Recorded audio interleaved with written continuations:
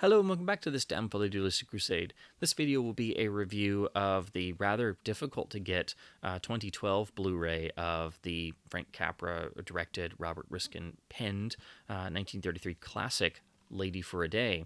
Again, this was released on Blu-ray in 2012 and quickly went out of print. It's sort of popped in and out of availability over the years, so I was finally able to track down a copy of this.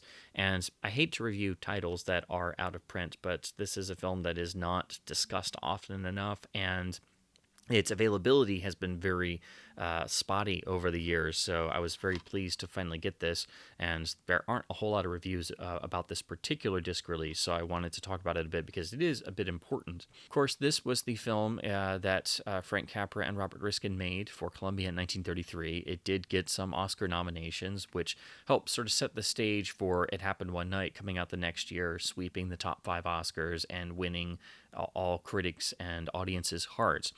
So a little bit of that starts to happen with this film, Lady for a Day. It's based on a Damon Runyon story, and since it's less well known these days, the basic story is that the titular character of Apple Annie is a street vendor of apples and has not seen her daughter for many, many years. Her daughter lives in Europe and then suddenly writes her one day that she's going to get married to this count's son, and her mother has told her that she's basically a rich society lady all these years, not ever wanting to admit the truth that she's Apple Annie of the streets.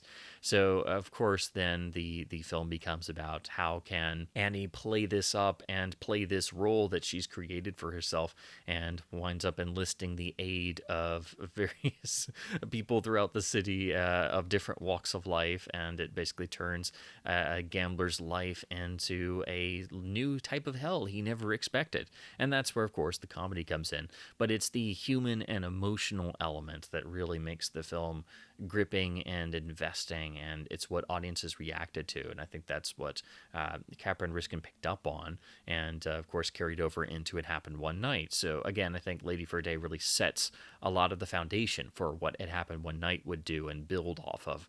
So it's a very important film, and it was very successful for Columbia. Again, it was another building block of getting them out of being the one of the Poverty Row studios and be taken seriously as an actual major studio. Unfortunately, due to its availability problems, I guess it has something to do with the rights, but the film has had a couple of releases over the years, but well, I should say really only 3. Criterion did a Laserdisc back in the Laserdisc era, which I've never been able to get. It's a little bit pricey, but it's just a standard Criterion release. It's not a special edition. And then Image did a DVD back in about 2001, and then that went out of print very quickly. And then it wasn't until 2012 that we got to this Blu-ray release, which also quickly went out of print. So I had to get this copy. I finally found one for cheaper than what they usually go for. It's got a little bit of damage. There's some tears on the cover art, but other than that, it's perfectly fine. What's also important about this release is apparently it restores about 4.5 minutes of footage that was missing from the Image DVD. I think that's how I saw this film originally. I rented a DVD. This was, long before I was paying much more attention to disc labels. There are, of course, a number of public domain versions floating around that are of dubious quality and sources. So I've usually seen this film not looking very good, and unfortunately, that's usually how you're going to see it. If you see it at all, you have to track down a copy.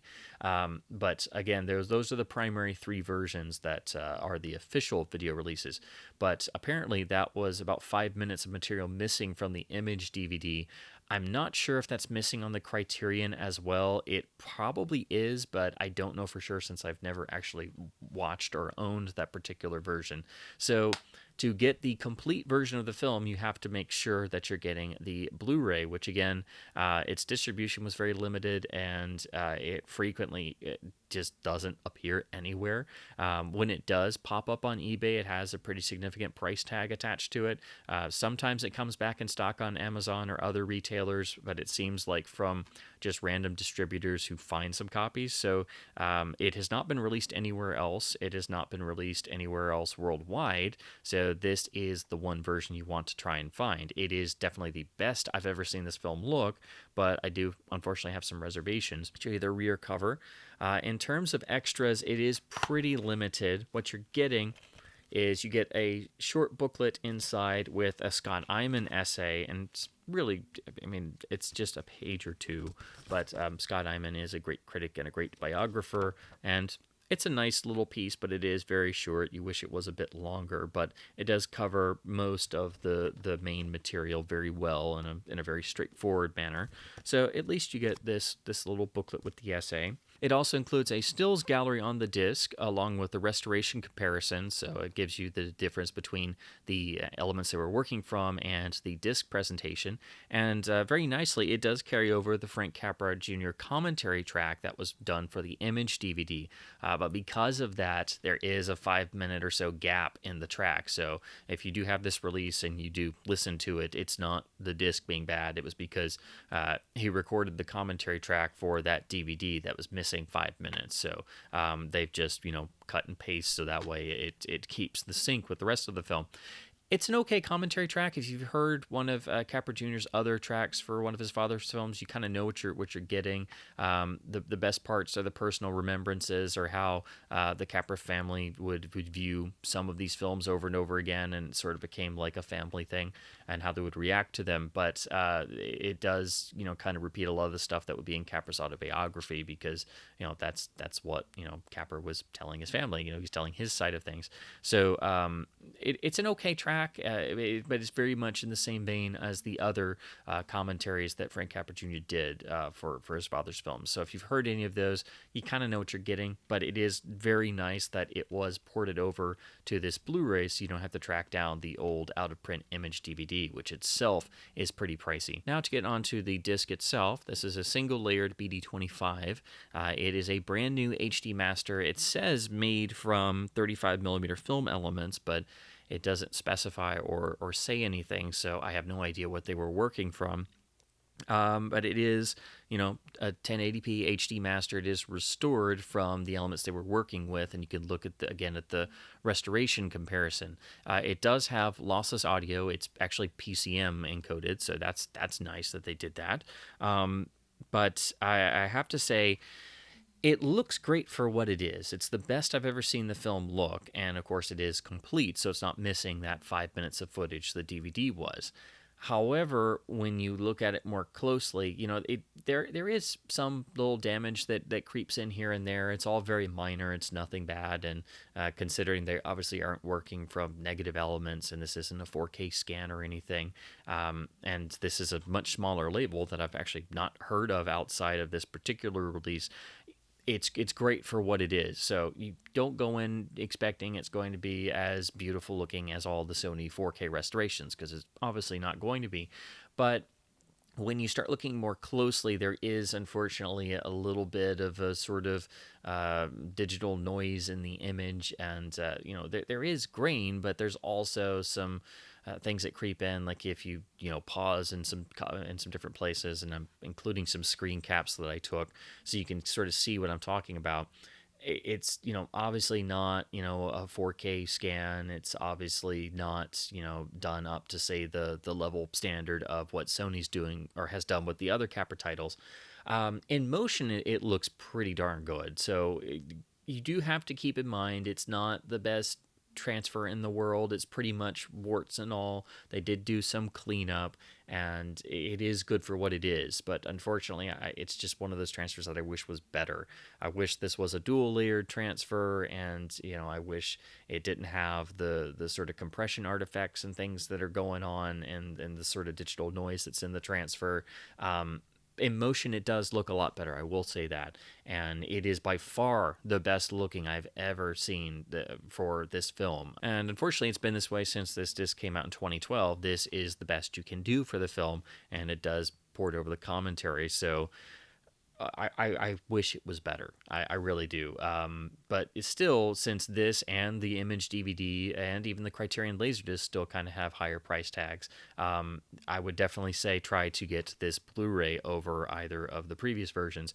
The audio is, again, PCM. It sounds good. I don't know what they're transferring from, and I unfortunately have nothing to compare to. So I can't say, this is perhaps better than the previous releases because unfortunately I don't own them.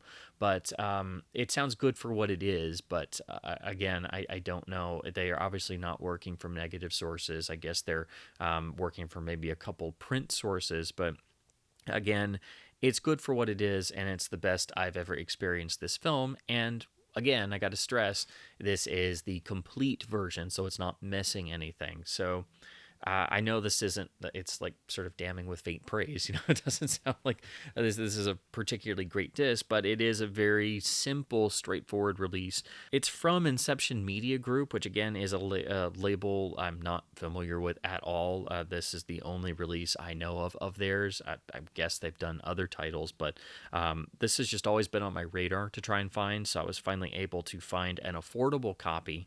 Again, not absolutely perfect. There's some tears in the art, but I was just very happy to finally get a copy of this so I could look at the scan and look at a version that wasn't missing anything.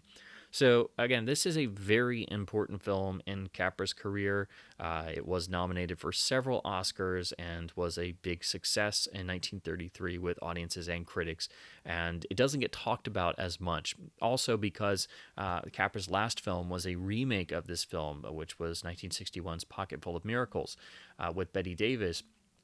That's a okay film in its own right, but Capra had started at the end of his career remaking some of his earlier, lesser-known vehicles, and none of them were improvements. And in fact, some people really love Pocketful of Miracles, and it does have some good stuff in it and some good performances, but it does lack the charm and the spirit of Lady for a Day. If you compare the two directly, it's a night and day difference. All the spirit is gone. So the remake sort of overshadows the original because of the availability factor, I think. So if this film was more available and more people could see it, I think it would have a better reputation and be better known today. So unfortunately, I'm recommending a Blu-ray that's, pretty decent and is sadly out of print. So if you can ever find a copy of this, this is the best version of Lady for a Day that exists on home video.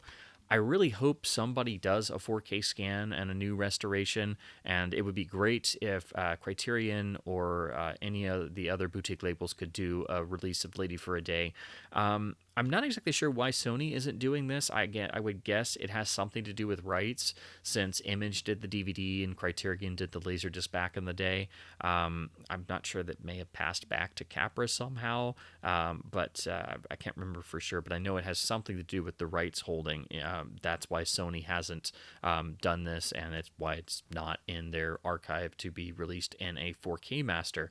So for now, for the time being, this important work in Frank Capra's career, written by the great Robert Riskin, is unfortunately stuck in an out-of-print Blu-ray that's as good as you can do. So if you can find this particular 2012 Blu-ray release, please grab it, because it pops up very infrequently, and it frequently goes for rather high price tags as you go further and further away from the year of release. So I hate to recommend hard to obtain, expensive out of print titles, but in this case, I really have to. For Lady for a Day, you have to track down this out of print Blu-ray, and it's pretty good for what it is. It's not perfect. It does have some issues, but unfortunately, it's the best you can do. And it does at least have some extras. It ports over the DVD commentary and gives you a Scott Iman essay. So they did put some effort into this, which I do appreciate. So it is worth the $20 or $30 that you'll probably have to pay for this, but unfortunately, due to it being quite uncommon, it regularly sells, unfortunately, for a lot more than $20 to $30. So I had to wait a long time to find an affordable copy. So I just wanted to do this quick review of this particular Blu-ray release of Lady for a Day, because it's rarely been discussed. It got like maybe 1 or 2 reviews back when it came out in 2012, and then it just quickly disappeared. And this is been the only release of the film in HD. Again, there's no other Blu-ray release. No one else has touched it. So, unfortunately, for the time being, you do have to track down this particular disc. So that's the Blu-ray release of Lady for a Day, and there's not a whole lot to go on outside of that. Again, I wish it was a better disc. I wish it was a fancier special edition. I wish it was a 4K scan and a full-blown restoration like the other Capra titles have gotten. But, for what it is, it's definitely better than the previous releases and the best the film has gotten. So with that, I'm off to find and buy an apple from old Apple Annie, because if I don't, I'm going to keep on being on a losing streak.